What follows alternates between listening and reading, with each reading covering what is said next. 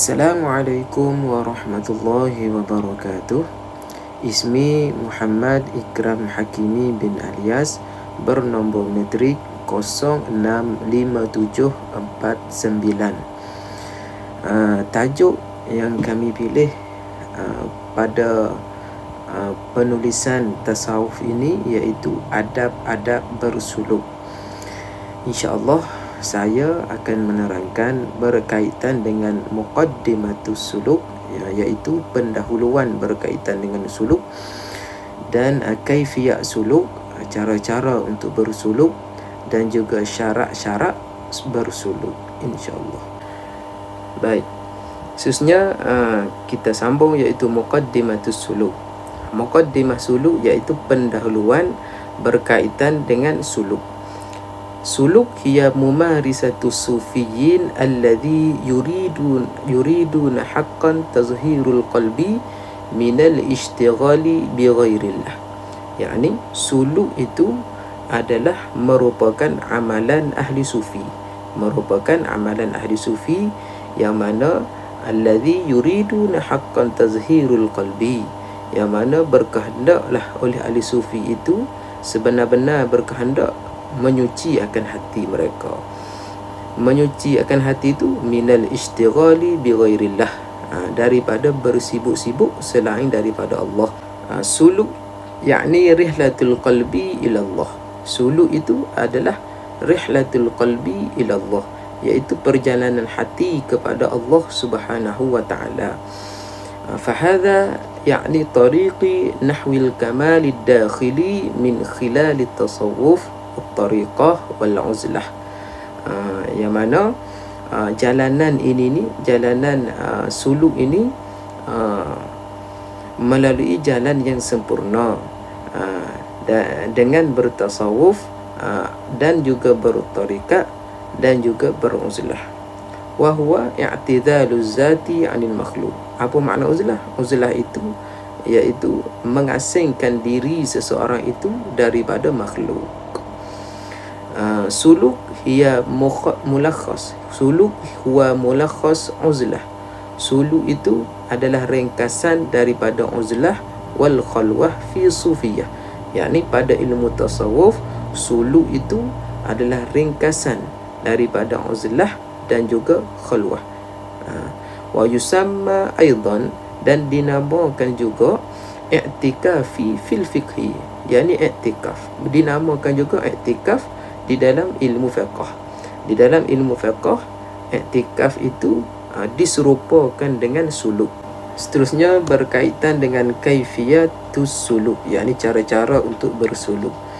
Pertamanya al-husulu ala izni minal muallim al-mursyid, iaitu mendapat keizinan daripada guru yang mursyid, guru yang benar-benar di dalam ilmu tarekat.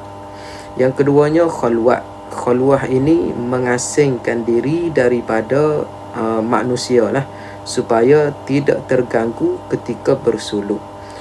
Yang ketiganya, kaifiat yang ketiga iaitu niat suluk, berniat ketika bersuluk, iaitu dengan berniat nawaitu an udkhila fi suluki 10 atau 20 atau 40 yawman liiqtida'is salafis salih walittiba'in nabiy sallallahu alaihi wasallam lillahi ta'ala. Itulah niat ketika bersuluk.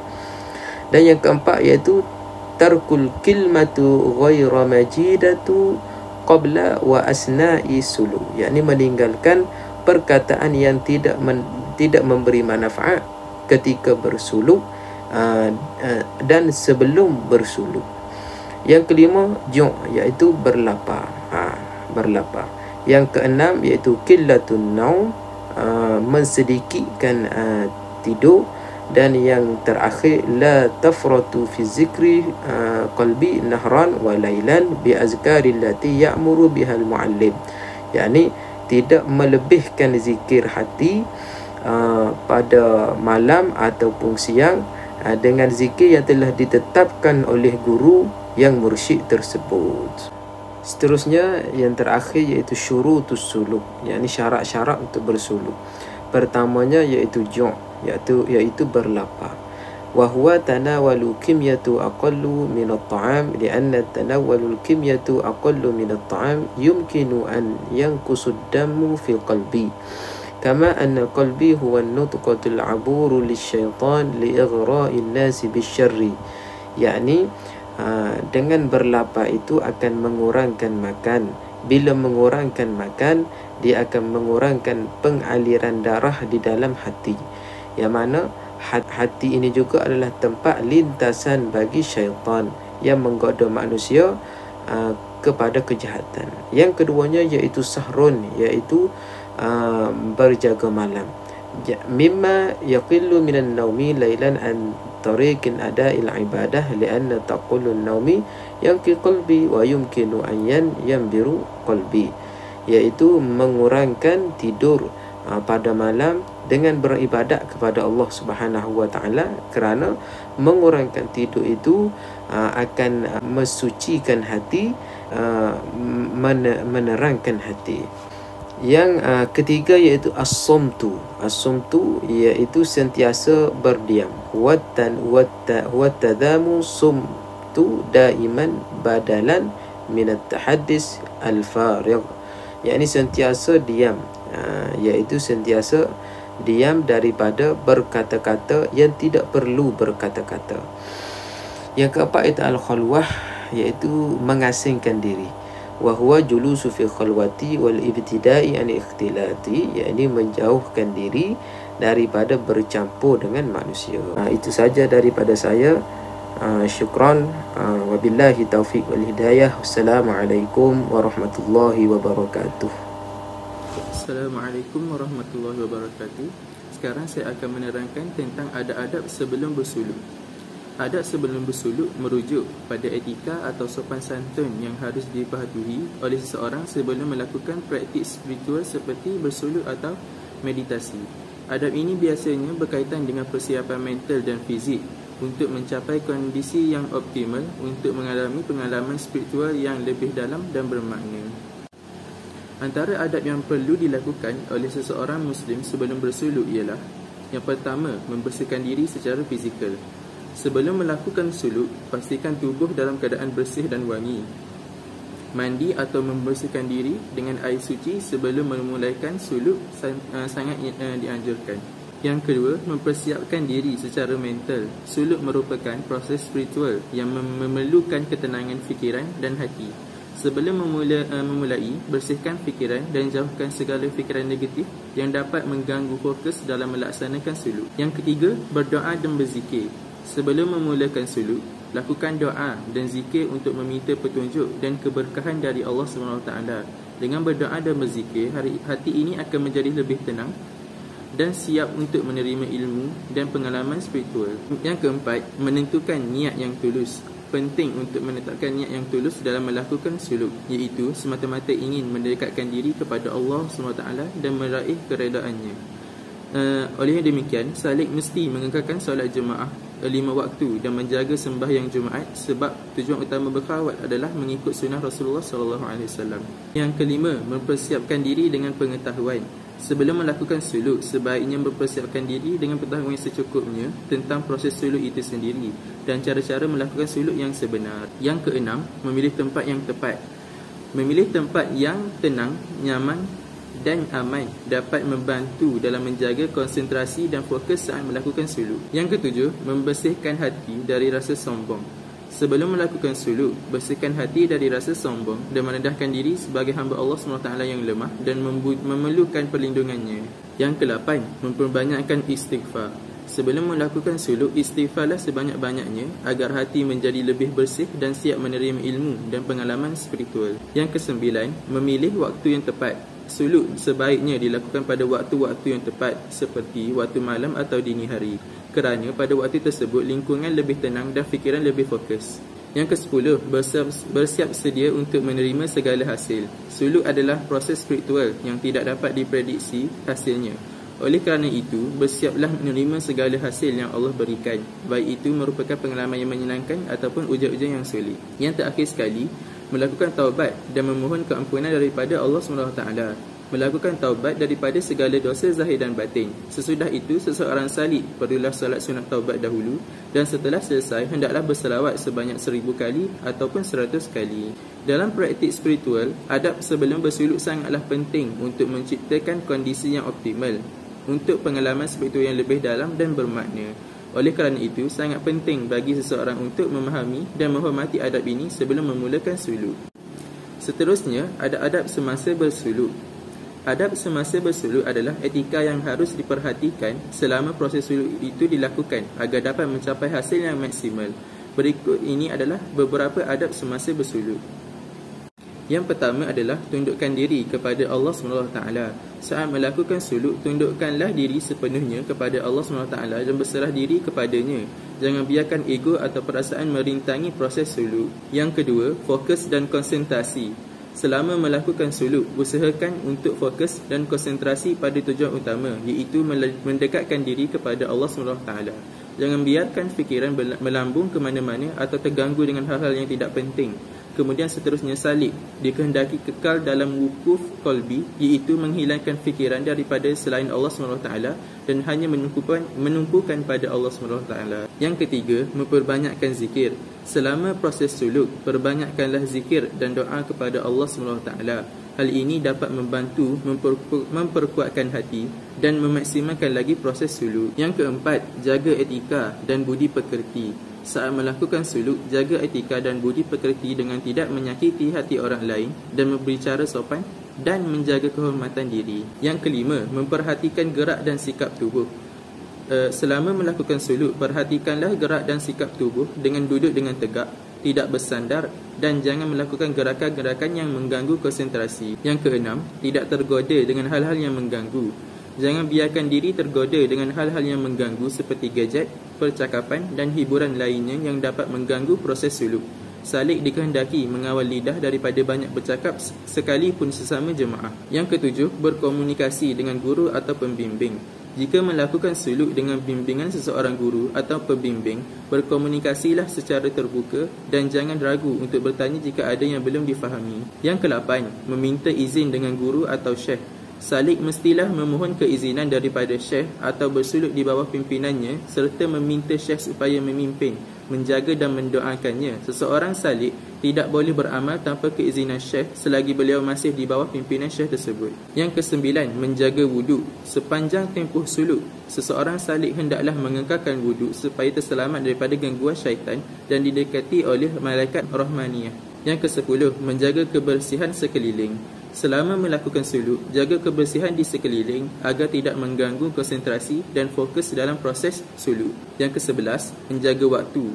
Suluk sebaiknya dilakukan dalam waktu yang cukup, tidak terlalu lama dan tidak terlalu singkat. Jangan biarkan diri terlalu letih atau terlalu santai. Yang ke-12, bersyukur. Setelah selesai melakukan suluk, sampaikanlah rasa syukur atas segala hasil yang Allah berikan, baik itu berupa pengalaman spiritual yang indah ataupun ujian-ujian yang sulit. Salik hendaklah sentiasa memohon rahmat Allah dalam semua tingkah lakunya. Yang ke-13, tidak membandingkan diri dengan orang lain. Setiap orang memiliki proses yang berbeza-beza dalam beribadah, termasuklah dalam melakukan suluk. Oleh kerana itu, jangan membandingkan diri dengan orang lain dan fokuslah pada proses dan hasil yang ingin dicapai. Yang ke-14, menjaga pemakanan. Salik perlu meninggalkan makanan yang berdarah atau bernyawa semasa mengikuti program suluk kerana berpantang. Amalan berpantang semasa bersuluk ini adalah bertujuan untuk melemahkan nafsu kerana nafsu gemar kepada perkara-perkara buas dan liar. Apabila nafsu sudah lemah, maka mudahlah usaha membersihkan hati. Oleh demikian, adab-adab semasa bersuluk adalah amat penting kerana sekiranya tidak mengikuti adab-adab yang dinyatakan semasa melakukan suluk, berkemungkinan amalan bersuluk tersebut tidak akan mencapai kesempurnaan. Dengan ini, salik itu perlulah mengikuti segala adab semasa bersuluk agar amalan bersuluk yang dilakukan diterima oleh Allah SWT dan diberikan ganjaran pahala kepadanya. Sekian, terima kasih. Bismillahirrahmanirrahim. Assalamualaikum warahmatullahi wabarakatuh. Nama saya Muhammad Ridwan bin Tuan Abdul Fattah, nombor matrik 08345. Seterusnya saya akan meneruskan perbincangan kita, iaitu adab selepas daripada kita bersuluk. Terus kepada petikan, adab بعد السلوك هو المصطلح يعني السلوك الحسن والمناسب له Adab selepas bersuluk dia merupakan satu tingkah laku atau adalah yang dimaksudkan tingkah laku yang baik dan sesuai untuknya. Fasuluk yu'rafu bi'annahu kulli ma yaf'aluhu al-fardu min af'al sawa'un kanat biqalki alladhi yatamatta'u al-adab al-hasan ba'da itmamuhu li'ay suluk atau fi'l. Okey. Ia juga boleh ditarifkan sebagai semua tindakan yang baik yang dilakukan oleh individu sama ada ia diciptakan oleh orang yang menikmati adab yang baik selepas menyelesaikan sebarang tingkah laku ataupun tindakan yang dilakukan oleh seseorang. Okey. Al-adab yumassil al-khatwatu nihaiyati allati yatammu min khilaliha tahdid ta'sir ma yaf'aluhu shakhsun 'ala al-akhirin. Yumkinu al-qawlu bi annahu yumassil al-marhala al-akhirah wal-a'la fi an-namwi al-shakhsi wal-manhi. Adab dia mewakili langkah terakhir di mana kesan apa yang dilakukan oleh seseorang terhadap orang lain dapat ditentukan. Dengan kata lain, ia boleh dikatakan sebagai suatu perkara yang mewakili peringkat terakhir ataupun tertinggi dalam pertubuhan kepribadian seseorang. Seterusnya kita beralih kepada slide yang kedua. Di sini dia nak menerangkan berkenaan apa yang seseorang itu akan dapat selepas daripada bersuluk. Yang pertama, ziyadatu saqtuhu biwujudillah wa ma'rifatu afdal wa ma'rifatul mazid anhu. Okey, mereka ni akan bertambah keyakinan mereka tentang wujudan Allah Subhanahu Wa Taala ataupun lebih dekat dan lebih tahu tentang.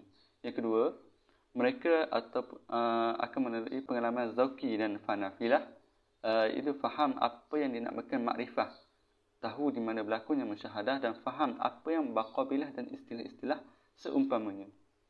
Yang ketiga, al-imam bi ahammiyati at-tawassul wal babara baitatu. Mereka ni dapat meyakini kepentingan bertawassul dan berabitah. Okey.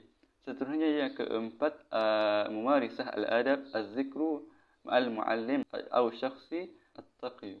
Okey. Mereka ni akan mempraktikkan adab-adab berzikir dan adab-adab bersama guru atau seseorang yang alim. Okey. Yang kelima, istiqamah fi solat taubah. Mereka ni akan istiqamah dalam solat taubah. Yang keenam, mereka ni akan lebih memahami apa yang dikatakan oleh Ibnu Athaillah dalam kitab Al-Hikam. Yang seterusnya, yang ketujuh, fahmu ahammiyatu at-tasawuf at-tariqah wa ahammiyatu al-ahsan ma'aha. Mereka ini akan memahami kepentingan ilmu tasawuf, iaitu ilmu tarikat, dan kepentingan beramal dengannya. Yang ke-8, iaitu rasa rendah diri. Okey. Mereka ni tidak mudah lagi menilai orang berdasarkan kepada pakaian mereka ataupun pangkat yang dilihat oleh kacamata mereka. Yang seterusnya, yang ke-9, mereka ni akan faham apa yang dikatakan oleh ilmu laduni dan mudah untuk mendapat natijah-natijah zikir. Okey. Yang seterusnya, yang ke-10, mereka akan mantap pegang kepada tauhid, uluhiyah dan rububiyah. Yang seterusnya, yang ke-11, mereka akan menyembah Allah Subhanahu Wa Taala yang sudah dikenal seperti umpama bercakap dengan orang yang kita kenal dengan orang ataupun orang yang tidak kita kenal. Okey. Yang seterusnya, yang ke-12, hatinya benar-benar yakin tentang apa yang wajib diimani oleh mereka. Yang ke-13, itu yang terakhir, dengan bersuluk ni mereka dapat sebahagian walaupun tidak sepenuhnya sifat-sifat orang ulul albab. Okey, seterusnya secara kesimpulannya, bersuluk ni dianggap salah satu tingkah laku yang asas yang perlu ada pada seseorang dalam kehidupan sehariannya. Kerana bersuluk ni dia mencerminkan kepribadian, budaya dan cara seseorang menanganinya dalam kehidupannya. Bersuluk merupakan fokus nilai kemanusiaan yang tinggi dan satu faktor yang paling penting dalam meningkatkan hubungan antara manusia dengan orang-orang di sekelilingnya, kerana ia termasuk akhlak dan tata susila tingkah laku yang mana masyarakat telah ditubuhkan sejak zaman dahulu lagi dan berlanjutan hingga ke hari ini. Okay. Bersuluk dia melambangkan penghormatan kepada semua anggota masyarakat tanpa pengecualian, dan ia mengandungi nilai-nilai yang bertamadun dan sifat manusia. Dan ini mencerminkan dalam cara berurusan dengan keluarga, rakan-rakan dan semua orang secara amnya. Oleh itu, bersuluk merupakan satu adab yang menyumbang kepada peningkatan tahap keakraban individu, yang mana ia memperbaiki hubungan mereka dan meningkatkan kesefahaman dan kerjasama antara mereka. Dan ia mewakili salah satu asas untuk membina masyarakat yang harmoni dan juga memahami. Itu saja daripada saya. Sekian. Assalamualaikum warahmatullahi wabarakatuh.